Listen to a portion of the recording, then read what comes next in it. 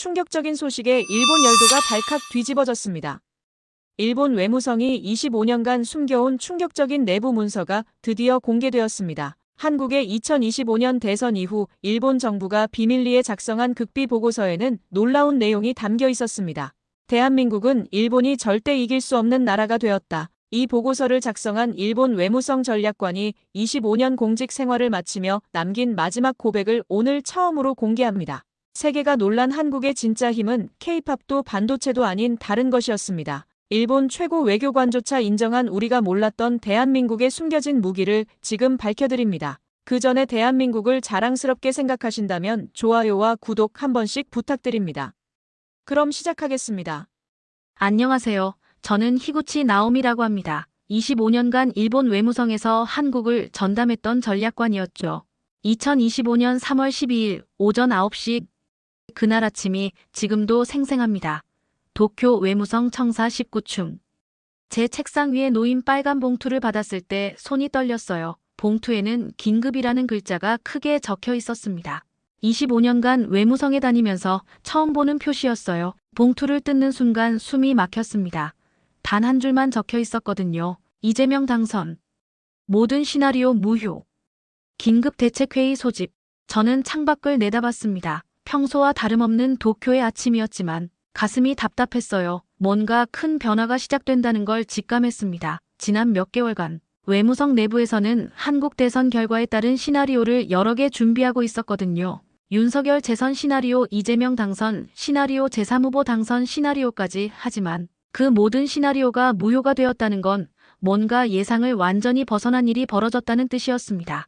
저는 급하게 컴퓨터를 켜서 한국 선거 결과를 확인했어요. 이재명 49.42%, 김문수 41.15%. 압도적인 차이였습니다. 믿을 수 없었어요. 지난 몇 달간 저희가 분석한 여론조사 결과와는 완전히 달랐거든요. 접전이라고 했는데 이렇게 큰 차이로 결판이 날 줄은 몰랐습니다. 더 놀라운 건 투표율이었어요. 79.4%라는 엄청난 수치였습니다. 한국 국민들이 얼마나 이번 선거에 관심이 높았는지 알 수 있었죠. 저는 급하게 가방을 챙겨 회의실로 향했습니다. 복도에서 만난 동료들의 표정도 심상치 않았어요. 모두들 긴장한 기색이 역력했습니다. 엘리베이터에서 만난 경제협력국 다나카 과장이 조용히 말했어요. 히구치 씨, 이번엔 정말 큰일 났네요. 저는 고개만 끄덕였습니다. 지하 1층 비밀회의실에 도착했을 때는 이미 주요 인물들이 모여 있었어요. 동부가국장 사토 대한반도과장, 야마다 정보분석관 스즈키까지. 평소에는 한자리에 모이기 힘든 인물들이었죠. 회의실 분위기는 무거웠습니다. 모니터에는 한국 선거 결과가 실시간으로 업데이트되고 있었어요. 사토 국장이 침중한 표정으로 입을 열었습니다. 여러분, 상황이 매우 심각합니다. 우리가 예상했던 모든 시나리오가 빗나갔어요. 이재명 당선은 예상 범위 안에 있었지만 이렇게 압도적인 차이로 당선될 줄은 몰랐습니다. 더 큰 문제는 이것이 단순한 정권 교체가 아니라는 점입니다. 야마다 과장이 자료를 펼쳤어요. 출구조사 결과를 보면 20대, 30대 청년층 지지율이 80%를 넘었습니다. 이건 단순히 경제 공약에 대한 지지가 아니라 외교 정책에 대한 지지로 해석됩니다. 특히 대일 관계에 대한 강경 입장에 대한 지지죠. 저는 가슴이 철렁했어요. 지난 3년간 윤석열 정부와 쌓아온 관계 개선의 성과들이 모두 물거품이 될 수 있다는 생각이 들었거든요. 한일 정상회담, 경제협력 확대, 역사 문제 봉합, 셔틀 외교 재개까지 얼마나 많은 노력을 기울였는지 모릅니다. 하지만 이제 모든 게 다시 원점으로 돌아갈 수 있는 상황이었어요. 스즈키 분석관이 추가 자료를 보여줬습니다. 이재명 캠프의 선거 공약을 보면 강제징용 배상 문제 재추진, 독도 영유권 주장 강화, 일본 수산물 수입 금지 연장 등이 포함되어 있습니다. 이 모든 게 실제 정책으로 추진될 가능성이 높습니다. 회의실이 순간 조용해졌어요. 모두들 심각성을 깨달은 것 같았습니다. 사토 국장이 다음 자료를 넘겼어요. 우리 분석팀에서 새로운 개념을 제시했습니다. 광장대 상자 이론이죠. 스크린에 도표가 나타났습니다. 한국은 광장형 민주주의, 일본은 상자형 민주주의로 분류되어 있었어요. 처음 듣는 개념이라 모두들 집중했습니다. 광장형은 국민이 직접 정치에 개입하고 변화를 만드는 시스템입니다. 상자형은 선거라는 상자 안에서만 의견을 표현하고 나머지는 정치인에게 맡기는 시스템이죠. 이 개념을 처음 제안한 건 도쿄대학의 한국학 연구진이었어요. 저는 처음엔 반감이 들었습니다. 우리 일본의 민주주의를 상자에 비유한다니 기분이 좋지 않았거든요. 하지만 설명을 들으면서 점점 고개가 끄덕여졌어요. 한국의 촛불혁명을 보세요. 국민들이 직접 거리로 나와서 대통령을 탄핵시켰잖아요. 이건 일본에서는 상상도 할 수 없는 일입니다. 스즈키 분석관이 구체적인 사례를 들었어요. 2016년 박근혜 정부 때 최순실 게이트가 터졌을 때를 보면 한국 국민들의 반응을 알 수 있습니다. 매주 토요일마다 광화문 광장에 100만 명씩 모였어요. 평화롭게 시위했고 결국 대통령 탄핵까지 이끌어냈죠. 저는 그때를 떠올렸습니다. 2016년 말 서울 출장에서 직접 본 촛불 집회 현장을 말이에요. 정말 충격적이었거든요. 추운 겨울밤에 남녀노소 할 것 없이 모든 계층이 모여 있었어요. 아이를 데리고 온 부모들, 대학생들, 직장인들, 할머니, 할아버지까지 모두가 하나의 목소리를 내고 있었습니다. 그런데 더 놀라운 건 질서였어요. 100만 명이 모였는데도 크고 작은 사고가 거의 없었거든요. 쓰레기 하나 버리지 않고 다들 정리정돈해서 돌아갔어요. 경찰과 마찰도 없었고요. 이런 모습을 보면서 든 생각이 한국 사람들은 정말 다르구나였습니다. 현지 외교관이 제게 했던 말이 귓가에 맴돌았어요. 한국은 정치인이 아니라 국민이 역사를 쓰는 나라예요. 당시엔 그냥 수사적 표현으로 들렸는데 지금 와서 보니 정확한 분석이었습니다. 정말로 한국 국민들이 직접 나서서 역사를 바꿔버린 거잖아요. 반면 일본은 어떤가요? 우리는 선거 때만 의견을 표현하고 그 다음엔 정치인들에게 모든 걸 맡겨버립니다. 정치인들이 뭘 하든 크게 관심 갖지 않아요. 문제가 생겨도 다음 선거까지 기다리죠. 직접 나서서 뭔가 바꾸려고 하지 않습니다. 다나카 과장이 손을 들었어요. 그런데 그게 나쁜 건가요? 우리는 안정적인 시스템을 유지하고 있잖아요. 한국처럼 시끄럽게 하는 것보다 낫지 않나요? 저는 그 말에 뭔가 석연치 않은 기분이 들었습니다. 정말 우리 방식이 나은 걸까요? 안정적이긴 하지만 변화에 둔감한 건 아닐까요? 한국은 문제가 생기면 바로바로 바꿔나가는데 우리는 너무 느린 건 아닐까 하는 생각이 들었어요. 특히 이번 한국 대선 결과를 보면서 더욱 그런 생각이 들었습니다. 이재명 당선도 결국 한국 국민들이 선택한 거잖아요. 그들이 원하는 방향으로 정치가 움직인 거죠. 우리가 아무리 윤석열 재선을 바랬어도 한국 국민들의 선택을 바꿀 수는 없었던 거예요. 이게 바로 광장형 민주주의의 힘이구나 싶었습니다. 사토 국장이 정리했어요. 결국 우리가 놓친 건 한국 국민들의 여론이었습니다. 정치인들만 보고 판단했던 거죠. 하지만 한국에서는 국민 여론이 곧 정치의 방향을 결정해요. 이번 선거 결과도 그런 맥락에서 이해해야 할 것 같습니다. 저는 깊은 한숨을 쉬었어요. 25년간 한국을 담당하면서도 정작 가장 중요한 걸 놓치고 있었던 거네요. 한국 정부만 상대하려고 했지. 한국 국민들의 마음을 읽으려고 하지 않았어요. 이제라도 깨달았으니 다행이지만 너무 늦은 감이 있었습니다. 야마다 과장이 새로운 자료를 꺼냈습니다. 대외비라고 적힌 빨간 파일이었어요. 한일외교 리스크 인물 리스트입니다. 이 자료는 외무성 내부에서도 극소수만 볼 수 있는 문서였죠. 저도 이런 리스트가 있다는 건 알았지만 직접 본 건 처음이었어요. 파일을 여는 순간 놀랐습니다. 1순위에 이재명이라는 이름이 크게 적혀 있었거든요. 그 아래에는 상세한 분석 내용이 빼곡히 적혀 있었어요. 자주외교 노선 강경한 역사인식, 일본 기업 배상 요구 가능성 높음 관리 불가능한 상대로 분류, 충격적이었습니다. 윤석열 전 대통령은 3순위에 있었어요. 관리 가능한 상대 협력적, 외교 스타일 기존 합의 존중 경향이라고 적혀 있었습니다. 둘 사이의 차이가 너무 극명했어요. 외무성이 얼마나 이재명 당선을 우려하고 있었는지 알 수 있었죠. 스즈키 분석관이 설명을 이어갔습니다. 이재명의 과거 발언들을 분석해보면 일관된 패턴을 찾을 수 있어요. 2019년 일본 수출 규제 때도 가장 강경하게 반발했고 독도 문제에서도 타협 여지를 보이지 않았습니다. 강제징용 배상 문제에서도 일본 기업의 직접 배상을 주장해왔어요. 더 문제는 그의 지지 기반이었습니다. 20대, 30대 청년층과 진보 성향 유권자들이 핵심이었거든요. 이들은 일본에 대해 더욱 강경한 입장을 원하는 계층이에요. 이재명이 집권하면 국내 여론을 의식해서라도 대일 강경책을 펼칠 수밖에 없을 거라는 분석이었습니다. 야마다 과장이 추가 자료를 보여줬어요. 이재명 캠프의 대외 정책팀 구성원들을 보세요.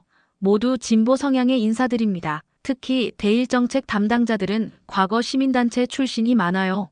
이들은 일본과의 타협을 거부하는 입장을 고수해왔죠. 저는 그 명단을 보면서 한숨이 나왔어요. 아는 이름들이 몇 개 보였거든요. 과거 한일 간 대화 채널에서 만났던 사람들인데 모두 강경파였어요. 이들과 협상하기는 정말 어려울 거라는 생각이 들었습니다. 하지만 동시에 의문도 들었어요. 과연 우리가 이들을 제대로 이해하고 있는 걸까 하는 생각 말이에요. 그냥 강경하다고 치부하고 대화 자체를 포기하는 건 아닐까요? 물론 어려운 상대들이긴 하지만 그래도 대화의 여지는 있지 않을까 싶었어요. 사토 국장이 더 충격적인 내용을 공개했습니다. 실제로 이재명 측에서 비공식 채널을 통해 전달한 메시지가 있어요. 강제징용 배상 문제를 다시 제기하겠다는 입장을 밝혔습니다. 기존 한일 합의는 무효라는 입장이고요. 독도 문제도 마찬가지예요. 일본의 영유권 주장에 대해서는 더 이상 묵인하지 않겠다는 입장입니다. 국제법정에 제소하는 방안도 검토하고 있다고 하더군요. 경제 협력 분야에서도 일본 의존도를 줄이겠다는 방침을 세웠어요. 저는 머리가 어지러웠습니다. 지난 5년간의 모든 노력이 수포로 돌아가는 느낌이었어요. 정말 많은 시간과 에너지를 투자했는데 이제 모든 게 원점으로 돌아가는 거잖아요. 아니 원점보다도 더 나빠질 수도 있는 상황이었습니다. 다나카 과장이 한숨을 쉬며 말했어요. 그럼 우리는 지난 5년간 헛수고를 한 건가요? 윤석열 정부와 쌓아온 신뢰관계도 이제 의미가 없는 거고요. 정말 허무하네요. 저도 같은 마음이었습니다. 하지만 한편으로는 이해도 됐어요. 한국 국민들 입장에서는 일본과의 관계 개선이 그들에게 실질적인 도움이 되지 않았을 수도 있어요. 여전히 역사 문제는 해결되지 않았고 경제적 혜택도 일부 대기업에만 돌아갔을 수 있거든요. 특히 젊은 세대들은 과거사 문제에 대해 더 민감해요. 할아버지 할머니 세대가 겪은 일들을 잊지 않고 있고 일본이 진정한 사과를 하지 않았다고 생각하고 있어요. 그들 입장에서는 이재명 같은 후보가 더 매력적으로 보였을 거예요. 저는 문득 생각했습니다. 우리가 너무 일방적으로 접근한 건 아닐까요? 일본의 입장만 고려하고 한국 국민들의 마음은 제대로 헤아리지 못했던 것 같아요. 관계 개선이라고 하지만 실제로는 일본에게 유리한 방향으로만 흘러갔던 건 아닐까 싶었습니다. 회의가 끝나고 저는 사무실로 돌아왔습니다. 창밖으로 보이는 도쿄 시내는 여전히 평온했지만 제 마음은 복잡했어요. 25년간 쌓아온 모든 게 무너지는 기분이었거든요. 책상에 앉아서 지난 시간들을 되돌아봤습니다. 1995년 외무성에 입성했을 때부터 저는 줄곧 한국 업무를 담당해왔어요. 김대중 정부, 노무현 정부, 이명박 정부, 박근혜 정부, 문재인 정부, 윤석열 정부까지 정말 많은 정권을 거치면서 한일 관계의 부침을 지켜봤죠. 하지만 이번처럼 절망적인 기분을 느낀 적은 없었어요. 특히 지난 5년간 윤석열 정부와의 관계는 정말 좋았거든요. 셔틀 외교도 재개됐고 경제 협력도 확대됐어요. 역사 문제도 어느 정도 봉합이 된 상태였죠. 저는 정말 한일 관계가 새로운 전기를 맞았다고 생각했는데 이제 모든 게 물거품이 될 수 있는 상황이었습니다. 동료들과도 다른 생각을 하고 있었어요. 대부분의 동료들은 이재명 정부에 대해 강경하게 대응해야 한다고 생각하고 있었거든요. 압박을 가해서 한국이 양보하도록 만들어야 한다는 입장이었어요. 하지만 저는 그런 접근법이 통하지 않을 거라고 생각했습니다. 과거를 떠올려보면 한국은 압박에 굴복하는 나라가 아니었어요. 오히려 더 강하게 반발했죠. 2019년 수출 규제 때를 보세요. 우리가 경제적 압박을 가했지만 한국은 굴복하지 않았어요. 대신 노재팬 운동이 일어났고 결국 우리 기업들이 더 큰 손해를 봤잖아요. 그때 저는 한국 출장을 다녀왔었어요. 현지 분위기가 정말 살벌했거든요. 일본 제품 불매 운동이 전국적으로 벌어지고 있었고 일본 관련 행사들도 모두 취소됐어요. 한국 사람들의 분노가 얼마나 큰지 직접 느낄 수 있었습니다. 그런데 더 놀라운 건 그들의 단결력이었어요. 정부가 시키지도 않았는데 국민들이 자발적으로 움직이더라고요. 일본 제품 대신 국산 제품을 사고 일본 여행 대신 국내 여행을 가고 심지어 일본 맥주 대신 국산 맥주를 마시는 거예요. 이런 모습을 보면서 한국이 정말 무서운 나라구나 싶었습니다. 현지 외교관이 저에게 했던 말이 기억나요? 거기는 관료가 아니라 국민이 판을 만든다고 하더라고요. 당시엔 무슨 뜻인지 잘 이해하지 못했는데 지금 와서 보니 정확한 분석이었어요. 한국에서는 정말로 국민들이 정치의 방향을 결정하더라고요. 저는 책상 서랍에서 오래된 사진 한 장을 꺼냈어요. 2002년 한일 월드컵 때 찍은 사진이었죠. 그때는 정말 한일 관계가 좋았거든요. 두 나라가 함께 월드컵을 개최하면서 우정을 다졌고 한류붐도 일어났어요. 그때만 해도 이런 날이 올 줄은 몰랐습니다. 하지만 돌이켜보면 그때도 근본적인 문제들은 해결되지 않았어요. 역사 문제, 영토 문제 이런 것들은 그대로 남아 있었죠. 단지 잠시 덮어놓았을 뿐이었어요. 문제가 표면화되지 않았을 뿐 뿌리는 그대로 있었던 거예요. 결국 우리는 상대를 제압하려고만 했지 이해하려고 하지 않았어요. 한국이 왜 그런 요구를 하는지, 한국 국민들이 왜 그런 감정을 갖고 있는지 진지하게 생각해보지 않았어요. 그냥 우리 입장만 관철시키려고 했던 거죠. 이제야 깨닫게 됐어요. 한일 관계 개선이라고 해서 우리가 추진했던 것들이 정말로 양국 모두에게 도움이 되는 일이었는지 의문이 들기 시작했습니다. 혹시 일본에게만 유리한 방향으로 흘러갔던 건 아닐까요? 한국 국민들이 실질적인 혜택을 느끼지 못했던 건 아닐까 싶었어요. 저는 컴퓨터를 켜서 한국 관련 자료들을 다시 찾아봤습니다. 여론조사 결과, 언론 보도, 시민사회 동향 등을 꼼꼼히 살펴봤어요. 그러면서 놓쳤던 부분들이 하나씩 보이기 시작했습니다. 우리가 한국 정부하고만 대화하고 정작 한국 국민들의 목소리는 듣지 않았다는 걸 깨달았어요. 다음 날 오전 더 충격적인 소식이 들어왔습니다. 미국 국무부에서 보낸 기밀 전문이었어요. 내용을 보는 순간 머리가 어지러웠습니다. 한국은 협상 가능한 파트너, 일본은 통보받는 동맹국이라고 적혀 있었거든요. 미국의 아시아 전략에서 한국의 위상이 급격히 높아지고 있다는 분석이었어요. 트럼프 재임 이후 미국의 대아시아 정책이 완전히 바뀌고 있었습니다. 과거에는 일본이 미국의 핵심 파트너였지만 이제는 한국이 그 자리를 차지하고 있었어요. 특히 중국 견제라는 측면에서 한국의 역할이 더욱 중요해지고 있었죠. 스즈키 분석관이 추가 자료를 가져왔어요. 미국 내 싱크탱크들의 보고서를 보면 더 명확해집니다. 한국은 미국과 대등한 관계에서 협상하는 나라로 인식되고 있어요. 반면 일본은 여전히 미국의 지시를 따르는 동맹국 정도로 여겨지고 있습니다. 저는 충격을 받았어요. 지금까지 일본은 미일 동맹을 외교의 기축으로 삼아왔거든요. 미국과의 특별한 관계가 우리의 가장 큰 외교 자산이라고 생각했는데 그 관계에 균열이 생기고 있다는 뜻이었어요. 더 놀라운 건 한국이 그 자리를 대신하고 있다는 사실이었습니다. 왜 이런 변화가 생긴 걸까요? 자료를 더 분석해보니 몇 가지 이유가 보였어요. 첫째는 한국의 경제력 성장이었습니다. 이제 한국은 세계 10위권의 경제대국이 됐어요. 반도체, 조선 자동차 등에서 글로벌 경쟁력을 갖추고 있죠. 둘째는 한국의 문화적 영향력이었어요. K-팝, K-드라마 등 한류가 전 세계적으로 확산되면서 한국의 소프트 파워가 급격히 커졌습니다.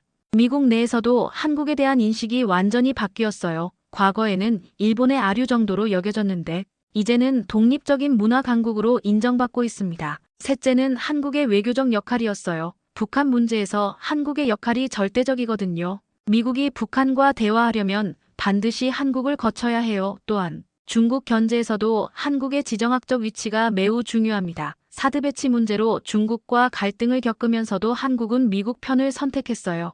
반면 일본은 어떤가요? 미국의 요구에 대해서는 거의 무조건적으로 따르는 입장이에요. 독자적인 외교 정책을 펼치기보다는 미국의 뜻에 맞춰 움직이는 경우가 많죠. 이런 모습이 미국 입장에서는 예측 가능하지만 동시에 수동적으로 보일 수 있어요. 더 심각한 건 일본의 경제적 위상 하락이었습니다. 잃어버린 30년이라고 불리는 장기 침체 속에서 일본의 경제력은 상대적으로 약화됐어요. 반면 한국은 계속 성장하고 있고요.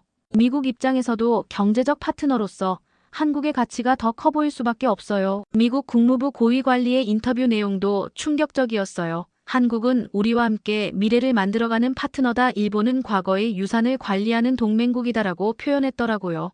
이 한마디가 모든 걸 설명해주는 것 같았어요. 저는 과거를 돌이켜봤습니다. 언제부터 이런 변화가 시작된 걸까요? 아마도 문재인 정부 때부터였던 것 같아요. 문재인 대통령이 트럼프와의 관계에서 보여준 외교력이 인상적이었거든요. 북미 정상회담을 성사시키고 중재 역할을 했잖아요. 그때 미국 내에서도 한국에 대한 인식이 바뀌기 시작했어요. 단순히 보호받는 나라가 아니라 함께 문제를 해결하는 파트너로 보기 시작한 거죠. 윤석열 정부 들어서도 이런 흐름은 계속됐고요. 이제 이재명 정부에서는 더욱 강화될 것 같았어요. 이재명은 자주 외교를 강조하는 인물이거든요. 미국과의 동맹은 유지하되 한국의 독자적인 입장도 분명히 할 거예요. 미국 입장에서는 이런 모습이 더 매력적으로 보일 수 있어요. 일방적으로 따르는 동맹국보다는 대등하게 협력하는 파트너를 선호할 테니까요. 저는 갑자기 일본의 미래가 걱정됐어요. 미국과의 관계에서 소외되면 일본의 외교적 고립이 심화될 수 있거든요.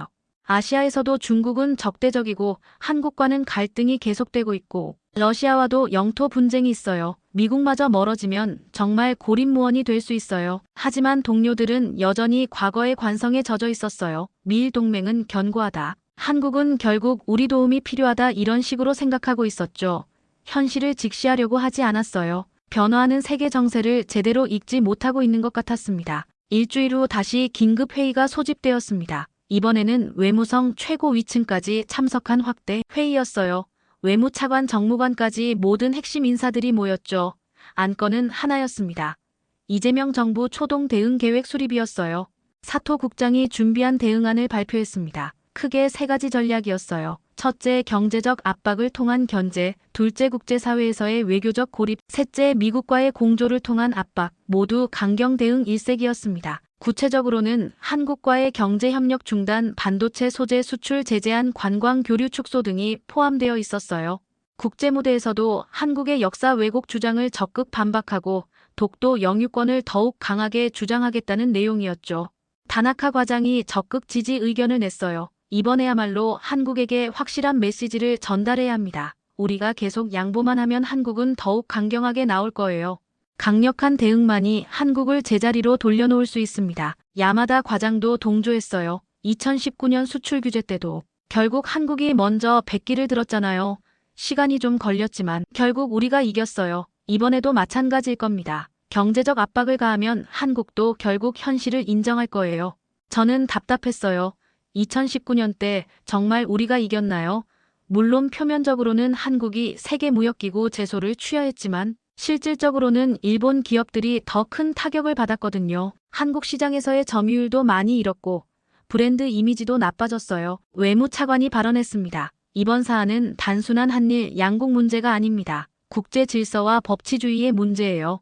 한국이 기존 합의를 일방적으로 파기한다면 우리도 그에 상응하는 조치를 취해야 해요. 저는 더 이상 참을 수 없었어요. 손을 들고 발언을 요청했습니다. 차관님 말씀에 이의를 제기하고 싶습니다. 과연 강경 대응이 우리에게 도움이 될까요? 한국의 특성상 압박을 가하면 더욱 강하게 반발할 가능성이 높아요. 회의실 분위기가 차가워졌어요. 모든 시선이 저에게 집중됐습니다. 저는 계속했어요. 25년간 한국을 담당하면서 느낀 점은 한국은 굴복하지 않는다는 겁니다. 오히려 외부 압박이 있을 때 더욱 단결하는 경향이 있어요. 다나카가 날카롭게 반박했어요. 그럼 히구치 씨는 어떻게 하자는 겁니까? 그냥 손 놓고 당하고 있자는 건가요? 한국이 우리를 무시하도록 내버려 두자는 거예요. 그게 일본의 국익에 도움이 된다고 생각하세요? 저는 깊은 숨을 쉬었어요. 우리가 근본적으로 접근 방식을 바꿔야 한다고 생각합니다. 지금까지는 한국 정부하고만 대화했어요. 하지만 한국에서는 국민 여론이 더 중요해요. 한국 국민들과 직접 소통하는 방법을 찾아야 합니다. 야마다가 비웃듯 말했어요. 한국 국민들과 소통이요. 그들이 우리 말을 들을 것 같나요? 반일 감정에 사로잡힌 사람들과 무슨 대화가 가능하겠어요. 현실을 좀 직시하세요. 저는 화가 났어요. 그런 식으로 생각하니까 계속 문제가 생기는 거 아닌가요? 한국 사람들을 무조건 반일로만 규정하고 대화 자체를 포기하면 어떻게 관계가 개선되겠어요? 우리도 진정성을 보여야 해요. 외무차관이 제지했어요. 히구치 씨 감정적으로 접근하지 마세요. 우리는 냉정하게 국익을 추구해야 합니다. 한국이 먼저 양보하지 않는 한 우리가 굽힐 이유는 없어요. 저는 마지막으로 말했어요. 지금은 맞서야 할 때가 아니라 다시 배워야 할 때입니다. 우리가 한국을 제대로 이해하지 못했다는 걸 인정하고 새로운 접근법을 찾아야 해요. 그렇지 않으면 관계는 더욱 악화될 뿐입니다. 다나카가 조롱하듯 말했어요. 지금 정신 나갔어요. 25년간 한국 업무하더니 한국 편이 된 거 아닌가요? 일본 외교관으로서 자각이 부족한 것 같은데요. 저는 더 이상 말하지 않았어요. 회의는 결국 강경 대응으로 결론이 났습니다. 제 의견은 완전히 무시됐어요. 회의가 끝나고 동료들은 저를 이상한 시선으로 바라봤습니다. 저는 완전히 소외된 기분이었어요. 그날 밤 저는 사직서를 쓰려고 했어요. 더 이상 이런 식으로는 일할 수 없다는 생각이 들었거든요. 25년간 쌓아온 모든 게 무너지는 기분이었습니다. 동료들과도 완전히 다른 길을 가고 있다는 걸 깨달았어요.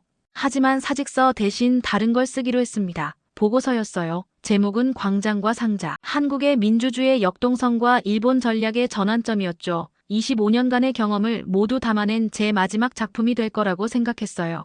보고서의 첫 문장은 이랬습니다. 우리는 25년간 한국을 잘못 이해했다. 그들은 일본처럼 관리되는 나라가 아니라 스스로를 관리하는 나라였다. 이 한 줄에 제가 깨달은 모든 것을 담았어요. 한국과 일본의 근본적인 차이점을 분석했습니다. 일본은 위에서 아래로 명령이 전달되는 수직적 구조예요. 정부가 정책을 결정하면 국민들이 따르는 시스템이죠. 반면 한국은 아래에서 위로 올라가는 수평적 구조입니다. 국민들이 방향을 정하면 정부가 따라가는 거예요. 이런 차이 때문에 우리의 대한국 정책이 계속 실패했다고 분석했어요. 우리는 한국 정부만 상대하려고 했지. 한국 국민들의 마음을 읽으려고 하지 않았거든요. 한국에서는 정부보다 국민 여론이 더 중요한데 말이에요. 촛불혁명 사례를 자세히 분석했습니다. 2016년 박근혜 탄핵 과정을 보면 한국 민주주의의 특성을 알 수 있어요. 국민들이 직접 나서서 권력자를 끌어내렸잖아요. 이런 일은 일본에서는 상상도 할 수 없는 일입니다. 그 힘이 바로 이번 이재명 당선으로도 이어졌다고 봤어요. 한국 국민들이 원하는 방향으로 정치가 움직인 거죠. 우리가 아무리 윤석열 재선을 바랬어도 한국 국민들의 선택을 바꿀 수는 없었던 거예요. 해결책도 제시했습니다. 첫째, 한국 정부가 아니라 한국 국민들과 직접 소통해야 한다. 둘째, 일방적인 요구가 아니라 상호 이해를 바탕으로 한 대화가 필요하다. 셋째, 과거사 문제에 대한 진정성 있는 접근이 필요하다. 특히 과거사 문제는 피할 수 없는 핵심 이슈라고 강조했어요. 아무리 경제 협력을 해도 이 문제가 해결되지 않으면 한일 관계는 계속 불안정할 수밖에 없어요. 한국 국민들의 감정적 상처를 치유하는 것부터 시작해야 한다고 봤습니다. 문화 교류의 중요성도 언급했어요. 정부 차원의 외교보다는 민간 차원의 교류가 더 효과적일 수 있다고 생각했거든요. 젊은 세대들 사이의 교류를 늘리고 서로를 이해할 수 있는 기회를 만들어야 해요. 보고서 마지막 부분에는 제 개인적인 소감을 담았습니다. 25년간 한국을 담당하면서 가장 아쉬웠던 건 한국을 진정으로 이해하려고 노력하지 않았다는 점이었어요. 항상 일본의 입장에서만 생각했지 한국의 입장에서 생각해 본 적은 없었거든요. 이제라도 늦지 않았다고 생각해요. 한국과 일본은 가장 가까운 이웃이고 서로 도움이 되는 관계가 될 수 있어요. 하지만 그러기 위해서는 근본적인 인식 전환이 필요합니다. 상대를 굴복시키려고 하지 말고 이해하려고 해야 해요. 다음 날 아침 사토 국장에게 보고서를 제출했습니다. 국장은 몇 페이지를 읽더니 고개를 저었어요. 히구치 씨, 이건 너무 이상적인 얘기입니다. 현실적인 대안을 제시해 주세요. 이런 식으로는 외무성 내부에서 받아들여지지 않을 거예요. 저는 알고 있었어요. 제 보고서가 외무성에서 채택되지 않을 거라는 걸 말이에요. 하지만 상관없었어요. 누군가는 이런 목소리를 내야 한다고 생각했거든요. 다른 방법을 찾아보기로 했습니다. 며칠 후 도쿄대학 국제정치연구소에 제 보고서를 보냈어요. 학계에서라도 이런 논의가 시작됐으면 좋겠다는 생각이었습니다. 외무성에서는 받아들여지지 않았지만 학자들은 다르게 생각할 수도 있잖아요. 몇 주 후 놀라운 일이 벌어졌습니다. 제 보고서가 학계에서 화제가 되기 시작한 거예요. 광장형 민주주의라는 개념이 새로운 분석 틀로 주목받았어요. 여러 학자들이 이를 인용하면서 한국 연구의 새로운 시각을 제시했습니다. 지금도 저는 매일 아침 한국 뉴스를 확인합니다. 이재명 정부의 정책들, 한국 국민들의 반응들을 지켜보면서 제 분석이 맞았다는 확신을 더욱 굳히고 있어요. 예상대로 이재명 정부는 대일 강경 정책을 펼치고 있지만 그것도 한국 국민들의 요구에 부응하는 거죠. 강제징용 배상 문제도 다시 제기됐어요. 기존 합의는 무효라는 입장을 공식 발표했습니다. 독도 문제에서도 더욱 강경한 자세를 보이고 있고요. 일본 정부는 예상대로 강력 반발하고 있지만 한국은 전혀 물러서지 않고 있어요. 오히려 한국 국민들의 지지가 더욱 높아지고 있습니다. 특히 대일 강경 정책에 대한 지지가 높더라고요. 이런 모습을 보면서 한국에서는 정말 국민이 정치의 방향을 결정한다는 걸 다시 한번 확인했어요. 일본 언론에서는 여전히 한국을 비판하는 보도가 많아요. 한국이 약속을 어겼다, 국제법을 무시한다. 이런 식으로 말이죠. 하지만 정작 왜 한국이 그런 선택을 하는지에 대해서는 깊이 있게 다루지 않아요. 여전히 피상적인 분석만 하고 있어요. 저는 이런 보도를 볼 때마다 답답해요. 25년 전과 똑같은 실수를 반복하고 있거든요. 한국을 이해하려고 하지 않고 그냥 비판만 하고 있어요. 이런 식으로는 영원히 해결책을 찾을 수 없을 거예요. 최근에는 한국의 경제 성과들도 주목하고 있어요. 반도체 산업에서 일본을 완전히 추월했고 자동차 산업에서도 맹추격하고 있습니다. 문화 산업은 말할 것도 없고요. 이제 한국은 일본이 무시할 수 없는 강국이 됐어요. 더 놀라운 건 한국의 국제적 위상 변화예요. 미국과의 관계에서도 일본보다 우위에 서고 있고 유럽과의 관계도 점점 좋아지고 있어요. 아시아에서의 리더십도 강화되고 있고요. 반면 일본은 점점 고립되고 있는 느낌이에요. 지난달 한 일본 TV 프로그램에서 국민 여론은 위험하다는 말이 나왔어요. 한국의 포퓰리즘을 비판하는 내용이었죠. 하지만 저는 그 말을 들으면서 조용히 중얼거렸어요. 그 위험한 국민이야말로 진짜 나라다. 일본에서는 국민들이 정치에 무관심해요. 선거 때만 투표하고 그 다음엔 정치인들에게 모든 걸 맡겨버리죠. 문제가 생겨도 직접 나서서 바꾸려고 하지 않아요. 이게 과연 건전한 민주주의일까요? 반면 한국은 어떤가요? 국민들이 항상 깨어 있어요. 정치인들이 잘못하면 바로 비판하고 필요하면 직접 나서서 바꿔버려요. 이런 역동성이 한국을 발전시키는 원동력인 것 같아요. 저는 지금 도쿄정책연구소에서 객원연구원으로 일하고 있어요. 연구실 벽에는 2016년 광화문 광장 촛불 집회 사진이 걸려 있습니다. 그 사진을 볼 때마다 생각해요. 저 광장이 진짜 나라다. 정부 청사가 아니라. 최근 한 인터뷰에서 이렇게 말했어요. 일본은 국민이 정부를 믿는 나라입니다. 하지만 한국은 정부가 국민을 믿는 나라예요. 그 차이를 이해하지 못하면 한국과의 관계는 영원히 꼬일 수밖에 없습니다. 젊은 후배들에게도 이런 말을 해줘요. 한국을 상대할 때는 정부만 보지 말고 국민을 봐야 한다고. 한국에서는 국민이 진짜 권력이라고. 그들의 마음을 얻지 못하면 아무리 정부와 좋은 관계를 맺어도 소용없다고. 하지만 아직도 외무성 내부에서는 제 생각에 동조하는 사람이 많지 않아요. 여전히 강경 대응만이 답이라고 생각하는 사람들이 대부분이에요. 변화하는 세계를 읽지 못하고 과거에 머물러 있는 것 같아서 안타까워요. 일본 외무성이 25년간 놓친 한국의 진짜 힘. 그것은 바로 국민이 직접 역사를 써나가는 광장의 민주주의였습니다. 정치인들이 만드는 정책이 아니라 국민들이 만드는 여론이 진짜 권력이었던 거죠. 제 고백이 여러분에게 중요한 메시지를 준다면 좋겠어요. 여러분이 가진 민주주의는 세계에서도 특별한 것이라는 사실을 말이에요. 한국의 힘은 경제력도 군사력도 아닙니다. 바로 국민 한 사람이 주인이 되어 나라를 움직이는 그 힘이에요. 지금까지 히구치 나오미였습니다. 지금 이 영상을 보고 계시는 대한민국 국민 여러분, 감동의 쏘다 구독자 여러분 모두 그 힘의 주인입니다. 여러분의 한 표, 여러분의 목소리가 이 나라를 만들어가고 있어요. 한국인으로 태어나 정말 자랑스럽습니다. 오늘도 긴 시간 함께 해주셔서 진심으로 감사드립니다. 더 좋은 이야기로 다시 찾아뵐 수 있도록 마지막으로 1초밖에 걸리지 않는 구독과 좋아요, 알림 설정은 영상 제작에 큰 힘이 됩니다. 오늘도 건강한 하루 보내세요.